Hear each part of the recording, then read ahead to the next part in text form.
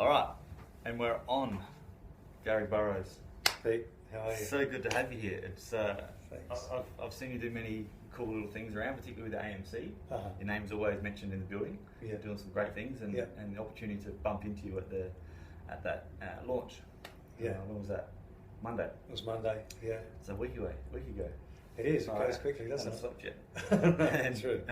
Yeah, and just to have that quick chat with you, and it was just getting the quick business chat we had there and then for like 2 minutes is like I love that. Yeah. I love that. And someone that's been around, someone that's done it, someone that's living off it. And I have to make mention of the shoes before we carry on because they're amazing. Is that right? Yeah, I want them. Yeah. Well, I've been hiding under my bed for about maybe 6 years because I bought them in New York and I wasn't really going to wear them for a while. But, New York, right? But now it feels like I should wear them. Yeah, Yeah. they're behind the times now. They look like pasties, don't they? I love it. Very cool. Can they see that? Can they see my bring- shoes? Look at that. Very good. So, what are your immediate plans for the next?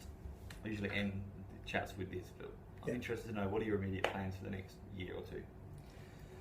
I think since I retired from APRA full time, which we can talk about Will later, do, yeah. I just work 3 days a week now as a music consultant for APRA. Mm-hmm. And I have Fridays and Mondays off, and that was planned so that I could spend more time playing and rehearsing and maybe doing a little bit of touring as well.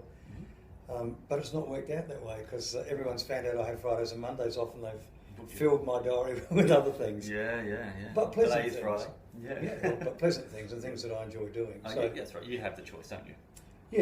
yeah, but certainly initially it was so that I could spend maybe more time songwriting and rehearsing for some stuff that I've got planned as well. Right. Okay. So, music consulting for APRA. Yeah. What does that entail? I think what APRA considered when I was going to retire was that I'd been there since 1985, so 30 odd years, and I'd developed all these relationships and these networks that were advantageous. They always claimed that they followed the lead of South Australia, the way that we communicated with the hotel industry and the restaurant industry and the club industry, which was important for us in those days. Yeah. When I first started with APRA, I was the only person there. Right. No computers. APRA Adelaide. Okay. No computers. A young lady came in one day a week and typed the letters, every letter they had to write to everybody who needed a license. Very laborious, and we thought we were magnificent when those typewriters come out with the little balls in them, and it remembered 2 letters. Wow. So in those days, I looked after all the licensing, all the membership, and all the networking. And whilst APRA's been around since 1926, which is the advent of radio, it was unusual for a person from APRA to be attending the hotel functions and meetings, etc. And so I stood in the corner for almost a year like I had leprosy because no one wanted to come and talk to me. Right. And thankfully that's changed, and the industry now is fantastic. We really get on well, and we speak to each other, we help each other in certain matters. Same with the restaurant industry and the club industry. So those relationships were important to APRA, and that's why they kept me on really. And I have relationships with people from all walks of life. Be they politicians or and road crew and people in bands. Yeah. And they're the sort of relationships that have helped cement APRA's So many pieces to the puzzle, isn't there? And it's a puzzle. It's a completely white puzzle. Yeah. There's no, you make the picture in your mind of what appears on the puzzle, Yeah. but there's still thousands and millions of pieces that make up one show.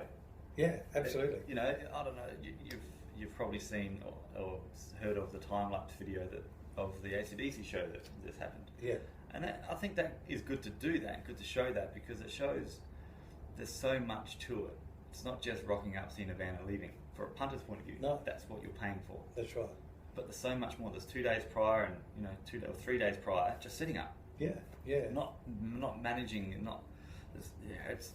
It's important to have a conduit of people, and that's what I think you're saying is you're able to easily and happily connect. things, Yeah. make things happen. That's right. It's the connection, it's the relationships that makes life easier, that makes what you're trying to achieve easier, because you have people on your side and not batting against you, you know, because you've been well mannered and pleasant and you've educated people about what's going on. Yeah. And it's strange you should say that, because we just have been rehearsing for the show tomorrow night at the Gov. We talked about that just earlier over in the cafe. Yeah. It's a sold out show. It's a 60s show. Yeah, it's called For Your Love, British Invasion. So it was a whole lot of guys that were kind of around our age, and we've all been playing in our own bands but never played together before. Right. And so this happened a couple of years ago, and we said, what can we do? It's like we've never played together, let's do this. So there's about 8 of us, and we really enjoyed that coming together, and we just chose British Invasion because the 60s was coming back. We saw that a lot of kids were enjoying it. Mm-hmm. And so those shows now, we're seeing people from 16 to 60 coming along and dressing up in their 60s gear, which is a complete pleasure. Nice. So it's great to see that. But during the rehearsals for that, and it was only just last Monday night, I was pushing my Vox AC30 through the door and into the... And I said to the other guys, this is hard work. Yeah. And I think that's what everyone forgets, that musos are really hard workers, you know, because they have to take their gear everywhere they play. Yeah. They set up, they have lighting, they have maybe video, they have their equipment, engineers, or they do it all themselves. Yeah. And so, and at the end of the night, they strip it down, they take it out, and they go home, they pack it away, and they do it again next time, and they go to rehearsals. And how many careers, how many people do that? A publican doesn't go to his pub and bring all these bottles in and set them up every morning. No, flick the light on, open the tills, and you know, put the chairs down. You know, we're being general, of course. Yeah, they've certainly got lots of work. Totally. They've got to get, but a dentist doesn't come to your place and bring his chair and his drill. Mm-hmm. But musos have to take everything. Yeah. And so in the end, it's very, very wearing. It's very taxing. Totally. So people forget that, and they go, oh, but you know, they're getting exposure. You know, well, yeah, they want you to play for exposure. Yeah. And if I remember people dive over exposure, you know that, right? Pardon? People dive over exposure. They do.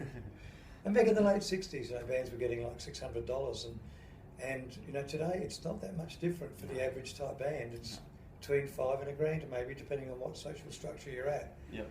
So, in essence, the pay for musicians has gone down considerably. Yeah. But there's more, and there's more people taking care of things. Yeah. So, like, for example, this will go back to the AC/DC show. It's not just the guys on stage. It's not just AC/DC. No. If it was just AC/DC, you wouldn't have not heard of.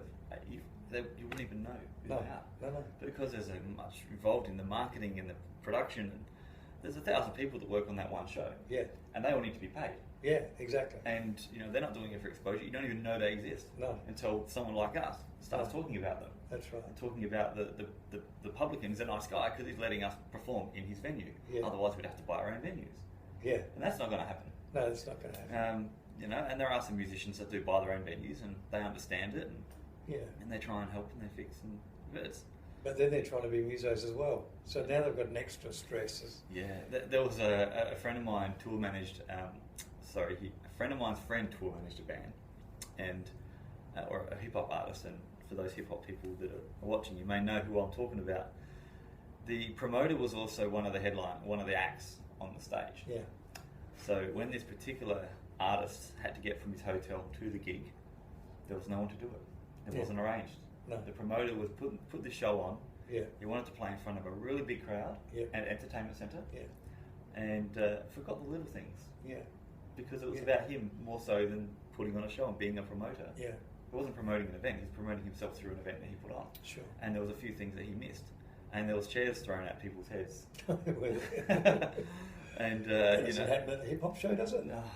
It's insane. They'd be diving towards the chairs. Yeah, it's amazing. But it's just such a sad state of affairs. Yeah. And he will put that blame on Adelaide. Yeah. The hip hop artists that flew over from overseas. Yeah. Adelaide people, you know. Yeah. You know, you can just hear it now. You can just we just get stereotyped into that. And it was just one person who made a couple of small mistakes. I'm sure there's been other people I've put on shows that I've played at. But you have to have the mentality to switch channels. I went from being an event organizer, so promoter until the day, then I was an event organizer on the day, and then from 6 o'clock onwards, I was a drummer I was on the kit. Yeah. I didn't care about anything else. No. It was under control. That's right. You have to separate it all. Yeah, and if I was sitting on the drum throne thinking about what else was going on, I wouldn't have given it as good as I gave it. Yeah. No, exactly. And this thing about getting exposure, I remember that conversation I would have quite often with people. Part of my job when I was working for APRA full time was obviously to issue licenses to people using music. Yeah. And that money then goes back into our funds, and we distribute that money to our songwriters with the various ways of discovering who should be paid for. APRA is such an underrated project. It's an underrated platform, and I know that not many music educators teaching tomorrow's musicians. Yeah. They're not talking about. They're not teaching it. No, and they should be. I mean, absolutely should be. It doesn't cost anything to become a member of APRA. No. And it doesn't take long. If you're working once a week, it doesn't take long for you to be earning anything between $500 and $1,500 a year just from playing in gigs. And people have always thought that they had to have it recorded to earn money, but that's not the case. It's just playing at gigs that we license. Yep.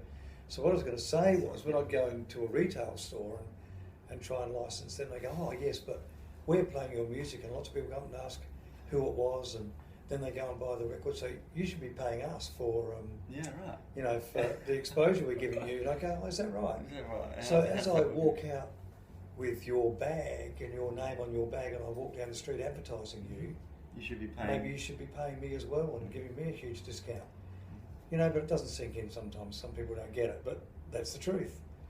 Yeah. The fact is, the Copyright Act allows songwriters and other intellectual property owners, but songwriters that we deal with, to make an income so that they continue in their craft and they learn and they improve and they stay doing that sort of stuff. Otherwise, we'd have no new music. That's right, and seeing a lot of performers, and I love it. I get to work with a lot of young up-and-coming performers. In between, some of them as young as 10. Yeah. That just have an amazing gift of vocals, and singing, and the performance and the business is yet to come. Yeah. But they always sing someone else's song. Yeah. Give credit to the song. Yeah. When you're singing it live, say, hey, this is a song by Sia. She's from Adelaide. Yeah, yeah. It's an amazing song, and I love this song because. Completely. Don't just say it. Don't just sing it. Don't just assume it's yours. Yeah. We've all written music. I've written music. Yeah. And it's having other people play your stuff. It's great. It's nice, and particularly when radio stations play it, it's so good to just have your song playing on the radio. Yeah. When you're not playing it, you can listen to it and enjoy it. But it's such a sad state when no one's crediting the people who put it together. That's true. And even on the back of CD covers, etc. now, hardly anyone ever puts who the songwriter was. Yeah. Which makes it difficult for the radio stations to log who it is as well, because they have to then research it. And they might research the wrong, Wikipedia data. That's right. I mean, how many songs are there called I Love You? Or even Yesterday, there's hundreds of versions of Yesterday, or even not versions, but different songs called Yesterday. So the more information you can put on the cover, the more accurate information, the easier it is for radio stations to report it accurately, and therefore you get your royalties back for the players. Right, absolutely. So the high-tech musicians and the social media musicians are a different walk of life. Some of them can make money purely from YouTube views and never perform live until they've got a lot of views, and then someone says, hey, you guys are great. A good example would be a band called Dirty Loops. Now, the story I've been told, whether it's true or not, I don't know. Yeah. But the story I've been told is they just performed in the studio, recorded everything. They did really bizarre covers of really straight standard songs, like Rolling in the Deep by Adele. Yeah. It just pumped it up, and it sounds amazing. Yeah. 6-piece guitarist, guy on keys and vocals, and a guy playing drums. And they're all amazing musos, top shelf. Yeah. Didn't do any gigs, but they got invited to do some shows because of their social media following. Yeah. And that's a different set of rules, isn't it? It's a different... Completely, and here it is out there now, and it's slowly we're moving away from the traditional way that we used to market and distribute our songs, and so people have to be aware of that. And for me as an older musician, I need the help from the younger musos who are using that technology and are able to teach. Do you think it's important to try and adapt to it a little bit or a lot, or let's try and keep it real? Let's try and keep it how it was. Well, I think there's got to be a combination of that. I agree. Because you know, the musicians from, say, the 60s, I'm 65, so the musicians a bit younger than me and a bit older who are still out there playing, they're all musicians who in their day had to go out and play. Mm-hmm. They could all play. Yep. So if you say to them, can you get up and play? Yes, they can. Yep. But some of the newer Mm-hmm. musicians, electronic musicians in particular, you can't just get up and play. You've got to prepare. You have to prepare. You have to have everything programmed. Yep. So you'll never take that away from the musos who can play, because that's life. That's in their blood, and they're going to get up and play. Mm-hmm. And also that's it's inspirational, and sometimes it's a little ad hoc as well. Mm. So those little mistakes, Yeah. those little accidents that are really pleasant, you They're know, beautiful. sometimes they come along. They're the things that make live exciting and interesting. I agree. Yeah. And so, but still, if we want to be known, we certainly have to do something about it. And I think I was telling you just a bit earlier, I've got a piece on that I wrote called I Want to Tell You, and I wrote it, and then I just put it under my bed, not quite knowing what I was going to do with it. I perhaps thought that I might get the AMC to record it and use it as an anthem, a worldwide anthem, if it got to that point. But in between, I had lunch with Jill Hicks and her partner Carl. We came over to her place for dinner one day for lunch, and she heard the song. Now Jill is a bombing survivor from London 10 years ago. Mm-hmm. Lost her legs, lost most of her hearing, was dragged out of the wreckage. The last person dragged out wasn't expected to live. They kind of worked on it, said, well, let's just work on it for 3.5 minutes. In that last half minute, got her back to life. Her throat was burnt, her lungs were burnt, and she'd been a trained jazz singer before that. Wow. So she heard the song, she said, that would really suit my projects around the world for promoting peace. And so within a day, we'd organised a session at Mick Wordley's, got the musos to come in, Emmanuel Choir joined us and did the choruses. Great. And so that came about, and we had to use social media to get it out there, because we weren't going to press as many CDs as we hoped it might be, that's right. used around the world. And then postage is different, and then Yeah. damage and yeah. So this thing went up.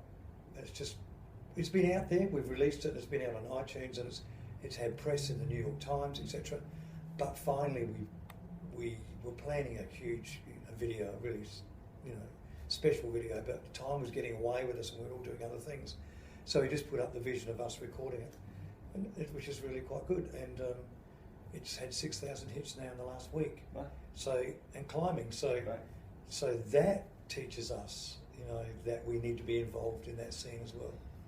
So if you chose not to go digital, your numbers will be quite significantly less. Well, yeah, and we'd be looking at trying to press CDs and then get them out there. And how would you do that these days? Yeah. We just can't do that. Yeah. My next album's going to be pressed to vinyl, and I want to record it to tape, and I want to go back and record like we did in like 1990, 1985. Yeah. I want to do that for my own, because I've played on so many different albums as a drummer, and people ask occasionally, not very often, but whenever they do, once every decade, do you have an album? And I'm like, I do.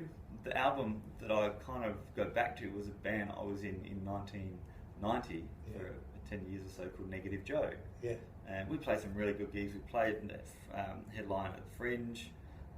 We played with like Eskimo Joe, and we toured. We did some really good shows. We had one album. Yeah. And that was when I was 17 years old. Yeah. I'm 35. Yeah. So I have nothing since. No. Nothing to say, here's my album. Here's something I'm on. Here's 100 songs that I've recorded on. Yeah. But someone's interpreted them, and they've mixed them, and they've done different things, and they've cut out things, and they've put things in. Yeah. I'm on albums in Europe, and it's all just from recording here in Adelaide. Yeah. But I've never heard the final result. I just know I've charged them for my time on the drum kit here in Adelaide, sent them over the clip, and they're like, that's great, see you later, thanks. Yeah. So I'm like, I don't have anything, so I'm really trying to work hard to it's a lot of money to press a vinyl, and it starts the recording process. Yeah. To get it done properly. Yeah. I don't just want to record it like a normal person and then get it put to CD and then to vinyl later. No. Because you lose the essence of it. You do. And just some things like I'm researching about vinyl, and the louder the track, so the louder the volume of the press, the less you can fit on the disc. Of course, because they have to make grooves a bit wider. The more bass you've got on the track, the less you can fit on the disc. That's an interesting thing because John Bywater's from the Twilights, the 60s band The Twilights, who had a hit with, Needle in a Haystack and Bad Boy. When they first brought out their first recordings, that's exactly what happened. They had, I think it was a single, and they'd increased the bass because they're a live band, so they're feeling it and hearing it. Yeah. That's what we want on the album, on the vinyl. Yeah. So I have the last few chapters of the book ripped out. Yeah, but when they went to play, when people played it on their radios or played it on their radio car, it was booming, right, and it was distorting. Oh. So they had to call them back and actually recut it again because they put so much bass into it. Yeah. Nowadays, if you get it wrong and you've done a digital upload, you just replace that file. Yes. If you much easier. But the thing is, like, I don't want someone listening, because we all know, like, if you're a musician watching, you've ever recorded in a studio, so much time and effort and money goes into that. Yeah. Then you get someone that pulls out a phone and they say, "Hey, listen to this," and it plays through a little crappy speaker on an iPhone. Yeah. There's no sense of how nice everything sounded in the studio. No. There's no reference monitors. There's no. It's just it's a photocopy of a photocopy of a photocopy of a photocopy. And that comes about as the different generations have been involved in music. The punters, not the musos, because they're always hoping that they're going to get the sound. But it's become a throwaway technology now. Pay more money for a stupid app than what you do for a song. Yeah, so you're quite happy to listen to it on your phone. In our days, we'd want the biggest stereo, and we'd go at home and listen to it, put the bass up, and get it all sounding great. Yeah. Now it's just like, yep, I like that for a few days. Erase, next one. They don't even necessarily save and have a collection anymore. There's so many opinions about it though, and you look at Steve Jobs' opinion of iTunes. He's enabled billions of people to have access to music. Yeah. But it's watered down. Yeah. So there's a pro and con there. Steve's just an innovator of that, and just to be able to, Apple, not just Steve, but Apple have invented a way to have 1,000 songs in your pocket. Yeah. Which is probably why it's disposable now. Yeah. But then there's the others like RDIO just being bought out by Pandora, and Spotify, where you can, at least in the car, when I have RDIO, goes through my system, and it's really nice. It's good. Yeah. You're not just trying to listen to it on your phone or your earbuds or something. Yeah. So, and I think technology's starting to realise that as well, because now we're seeing extension speakers for this, and there's high definition audio coming out now as well. Yeah, because people are going, you know what, I'd rather hear it how it was and enjoy it for what it is. One of the things I want to make sure that when I record is we're recording in a studio. It's a nice studio, and the reference monitors are the best you can get. The speakers don't get in the way of the sound. Yeah. And I want to have that replayed through that same thing. Yeah. So we may mix a version that works best with headphones. Yeah. So here it is. Here is our album. Sure, it's on a USB or it's on a MP3 player device. Yeah. But here are the headphones that sound best to listen to this with. Yeah. So there's that market as well. And you use headphones for anything else, of course. Yeah. So we've got some good friends in manufacturing and to an Adelaide lad, Phil Vafiatis. Yeah. So VAF Research. We're going to probably do our CD launch at his studio. Yeah. So through his speakers. Yeah. And it's a core trio with this band I'm in. But we always have guest artists. They might be at keys or at sax or something. Yeah. But they won't join us. They'll be through speakers. So we'll be sequenced, I guess, for the word. Yeah. But the speaker system and the clarity would be just like they're there. Yeah. And that's a whole different vibe. We're not just releasing a CD. We're not even releasing a CD. We're releasing a moment in time where good musicians have spent a lot of resources putting something together for the benefit of the listener. Yeah. For there and then. Sure. It's a record. If you want it, you've got to have a record player as well. Yeah. You need to have the skills and the knowledge to know, hey, records, something different about records than there are CDs. Sure, you can get beautiful sounding CDs. Sure, you can get beautiful sounding records. But if you've got a record player, you probably appreciate music a bit more. Yeah. Or you're DJing as a gimmick. My wife and I, Marianne and I, discovered my huge collection of vinyl. Since I collected it since I was a kid. Wow. But then gradually, obviously, I started to get CDs. But I had this huge collection, and I didn't have in the last 10 years. I didn't have a turntable anymore. And then my dad had bought one from Kmart or something. It was really quite good because Dad had 78, so that's how I got into music. I listened to my dad playing 78 when I was a kid. And the most interesting thing for us when we first started to play that vinyl on this turntable was we were just mesmerised by the thing going around like this and watching the label. It was fantastic. And the warmth of the vinyl was just really lovely as well. Physically giving someone something as well. Like, here's my album. They're like, wow. Yeah. Instead of, I'll flick you an email. Yeah. You know, I'm very technology. You know, there's 3 things in front of me here. We've got light soft boxes over here. And, you know, I build websites and do all sorts of technology stuff. And I'm an electronic technician by trade. So that was my past life. Yeah. But I know from my dad as well, he had collections of records, and he had some amazing Elvis stuff that would have been worth quite a lot of money hadn't I smashed it, not knowing what it was. It was a Frisbee, and I was 10. Yeah. And it happened quite a bit. And he's got a pretty big. Expensive Frisbees. It was one of those really weird, rare presses where he was singing a song, but he changed the words, and he was in hysterics over his own. Oh yeah. Yeah, I can't remember the name of the song. Yeah, I can't. Wish you were here. No, no, that's Are You Lonesome Tonight? Yeah, as a gaze at your bald head or something. Yeah, sure. Yeah.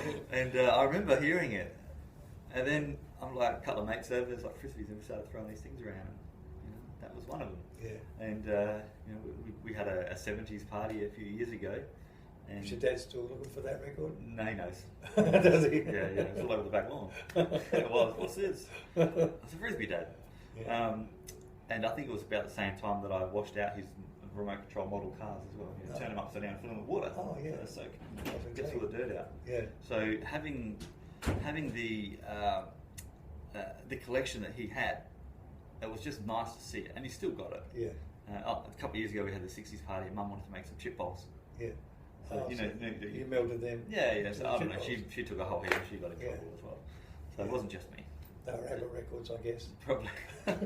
You need to start locking these things up, Dad. They're collector's items. You can look after these things. And treat them like gold. And so having that and showing my kids, and I've got 3 kids, to a 10-year-old and 2 9-year-olds. Yeah. And we've got a record player at home, and they dig it. You know, they're gentle. They put it on. Yeah. And then they do this. Yeah. Yeah, well, that's good because, you know, some kids don't know. There was a neighbour came past the other day and had a little boy with them. We talked about music. She said, "Oh yes, I think I've got that record." And the little boy looked up and said, "Mum, what's a record?" So I had no idea. That's right. And when we did this program with the ETI Activate crew, we're just gonna let's have one good song in the studio. We recorded at Adam Page's studio at Hinton. Yeah. Beautiful. So Jared Payne's engineer, and the other guy that owns it is James Brown, a local great guitarist and musician. Yeah. So a great studio. It's amazing. I didn't want to spend days doing recordings that had like not the complete potential. Yeah. Let's get one good one out. And I said to them, let's do a good one and a B-side. Like, let's do that. All right, cool. So what's your main song? Cool. What's your B-side? Speaking of 10-year-old kids, I'm speaking of 18-year-old kids. They have no idea what a B-side is. That's cool. You know, the B-side on Thunderstruck was Fire Your Guns. Yeah. And that got my playing to a certain level because Thunderstruck was doing and then Fire Your Guns, it's like, I just turned it over one day and I was able to, it's too fast. Yeah. I just kept working on it. And thanks to that B-side, Fire Your Guns was something. And, you know, and it taught you something as well. Absolutely. As well as enjoying it. Yeah. So music is so cool, and I guess my job, and I feel like my role in the industry, whether the industry of St. Paul's or the industry of Adelaide or the industry of the world, is just to get people involved in music. Yeah. Get involved in playing music. Yeah. Not just listening. We need listeners too. They're important. Yeah. But I'll tell you now, musicians who play also buy. Yeah. And they listen better. Yeah. Instead of just Stereosonics that's on tomorrow. It's so not about the bands that are playing or the DJs that are playing. Yeah. At all. No. It's about the vibe. And the vibe is okay because WOMAD's similar. Yeah. WOMAD's not about the bands particularly. It's about the vibe, and it's about the culture and the amazing feeling you have about being in that area for 3 days. Yeah. But it's not a bad place to be compared to some other ones that are happening this weekend.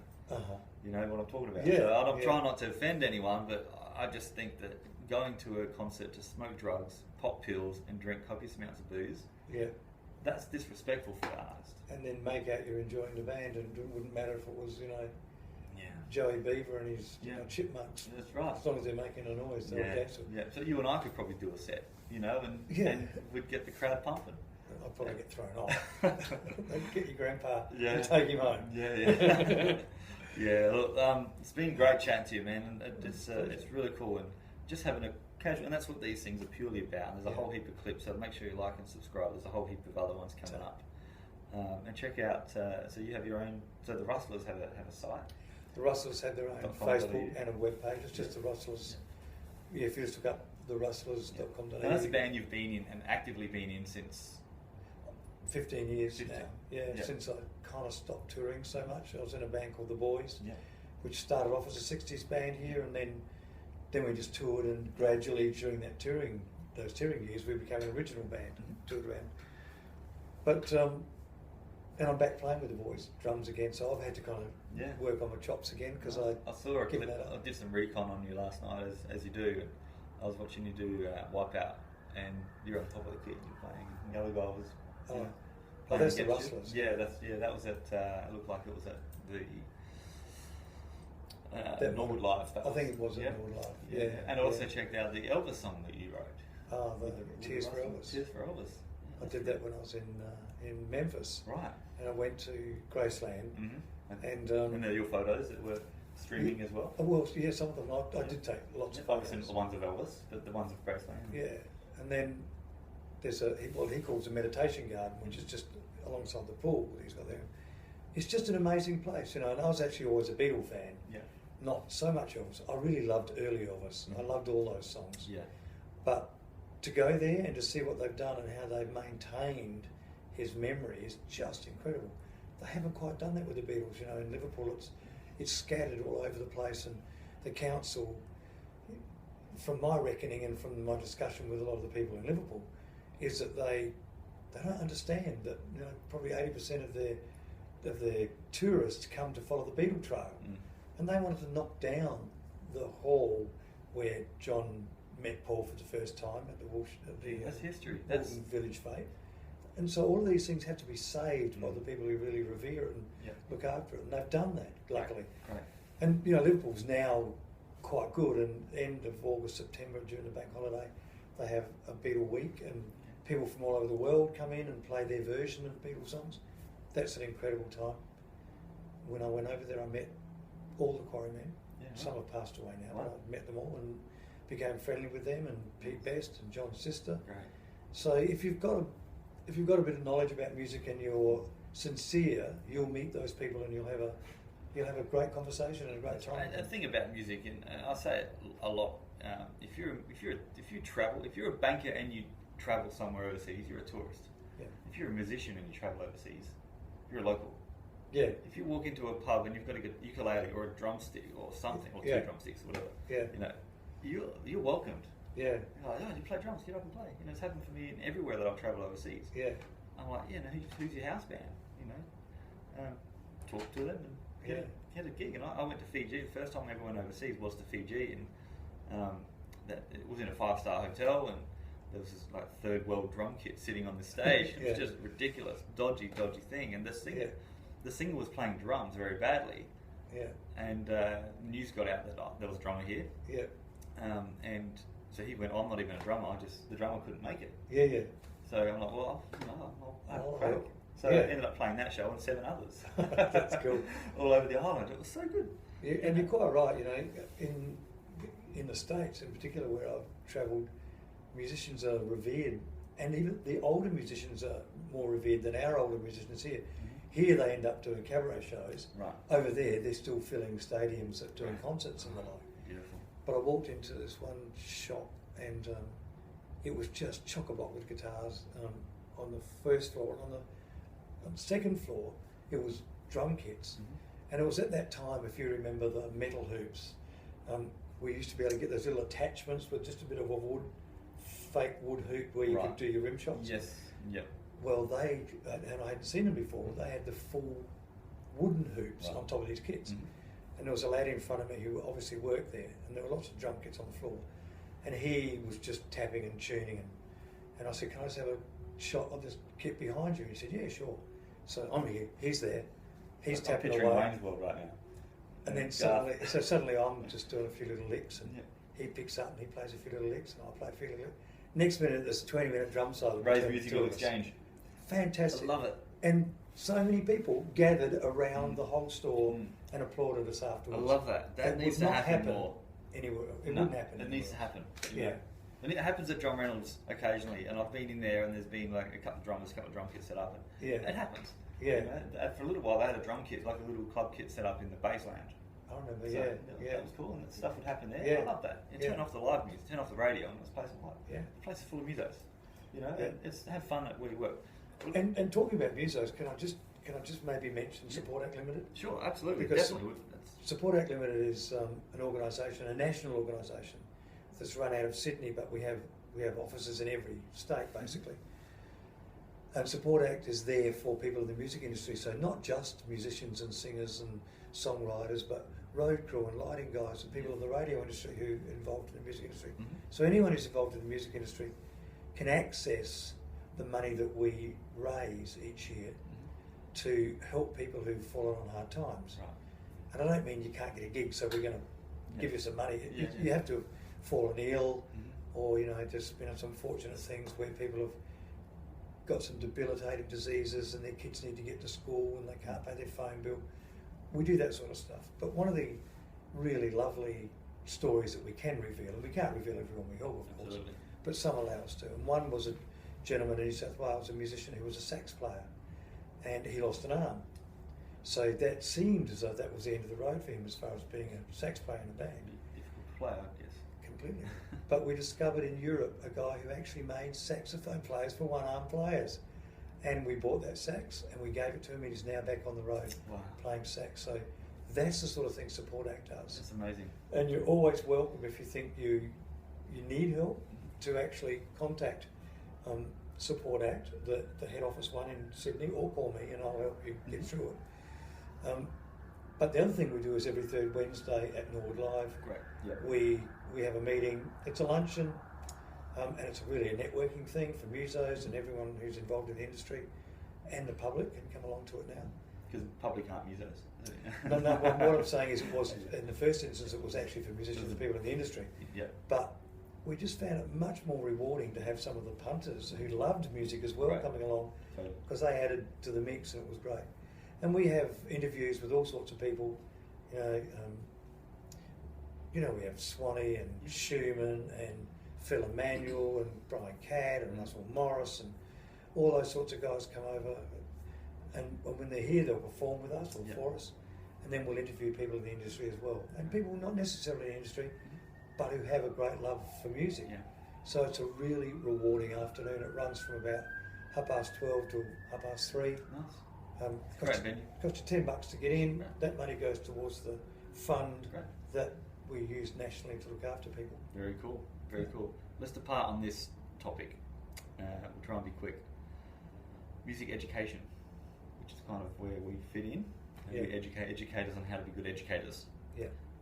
Not just mentally and emotionally, but the book side and the business side of it is important. Yeah. But who was your mentor? Who was your teacher growing up?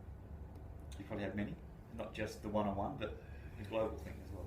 Yeah, I did have a drum teacher that I went to, and I learnt drums for 5 years so I could read music, and that was at the time when people would come over here as floor, what they called floor shows. Right. So, we worked with Farnham, Cleo Lane, Marshall's portable music machine guy, I can't remember, Pussyfoot from London, because all our band were readers. So they'd hire you for a show and you play as a band. Then suddenly Farnham would come out and go, "Here's your charts, boys."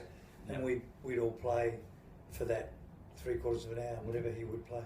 So that was interesting, and having learnt for 5 years, I learnt right from the beginning. I learnt sambas and mambos and tangos and all that unusual stuff as well, which you would think as a rock drummer later on you don't need, but it really gives you a fantastic grounding. And you don't have to read music to be able to play drums, so you can pick it up and you can play.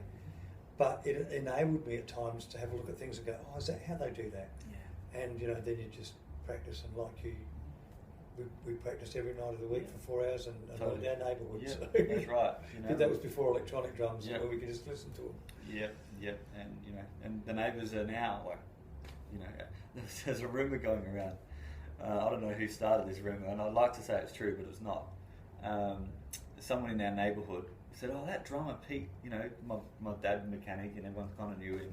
Yeah, That drummer Pete, you know, after many years of just you know, we hearing that crap, yeah. he was third from the top of getting the gig with Coldplay." Is that right? No, it's not right. No, but that's what the rumour is. Let them think that.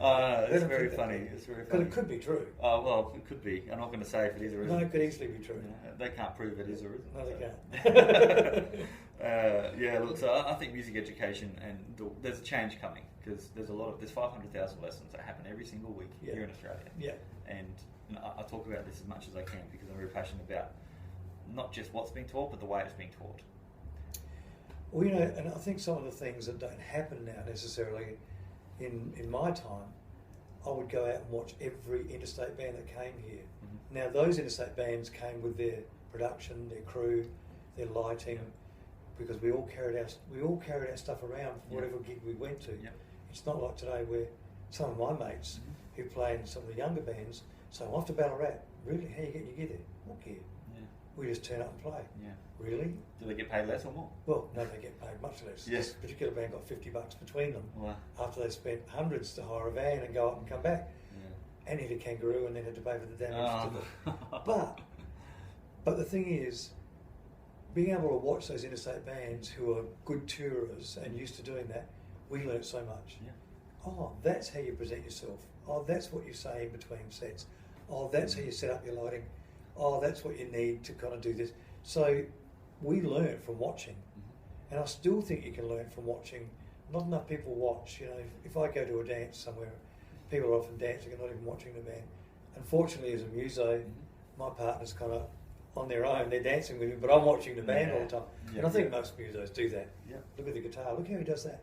So you actually learn. Look at the good watching. things. Abraham Lincoln says it well. You don't just learn from the good folk; you learn from the bad folk. Absolutely. You know, and you absolutely do. You learn not what to do. You know what not to do. That's right. Exactly. So you look at, you know, they're interacting. The song has gone quiet for too long. Yeah. People are waiting. They're not going to stand on a dance floor and wait for you for many more seconds. And or you chat between yourselves. Yeah. So they just walk off. So you got to keep it there. You just got to. As soon as that kick drum stops. Yep. Oh, hang on. Whoa, hang on. Something's. Yeah. I'm off to the bar. Yeah, you know, the pubs probably like it. Yeah, that's right.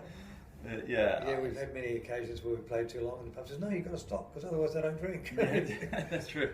Well, that's a good testament to the band. Yeah. All right, Gary Burrows.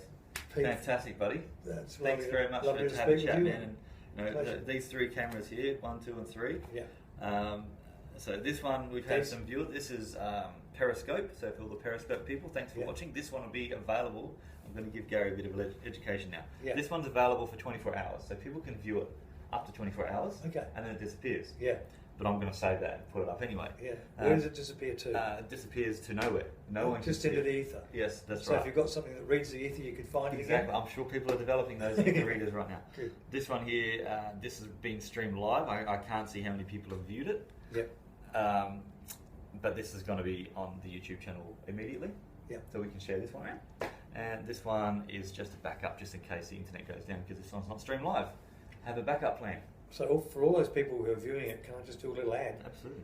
Can you go onto YouTube, have a look? I want to tell you Gary Burrows, Jill Hicks, the peace song, and on the YouTube, click like and share it, because we'd love to get this message out around the world and help solve this problem, because you know, humanity is just kind of dissipating. I just can't believe what's happening in the world and how difficult and terrible it is for some people in some parts of the world. And you know, maybe for us in the future as well, we need to start to tell people to think about peace. And since poor old John Lennon passed, that peace story, that peace activity that he kept up has kind of waned a little bit. And that's one of the reasons I wrote this particular song. It was talking about John and how he'd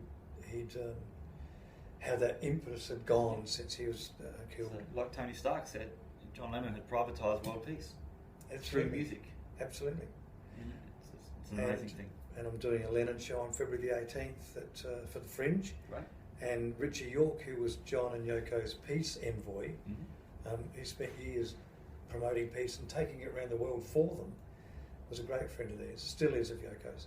He's going to come over and narrate the show and also make available his book he's just put out called Christ, You Know It Ain't Easy. So we'd love to see you at those shows. And right. We'll put the links up on our pages as well, so you can get those. So get those links to me and we'll share them among our crew. Very cool. Beautiful. Thank you for watching, everybody. Thank you, everybody. See you again. Peace and love. Bye-bye. That's what Ringo would say. It'll take me half hour to turn all these off simultaneously. I'll turn them off before we start talking about some interesting things. Yeah. The real topics. All right, here we go. That's very cool. Thanks, Pete. No worries, my pleasure.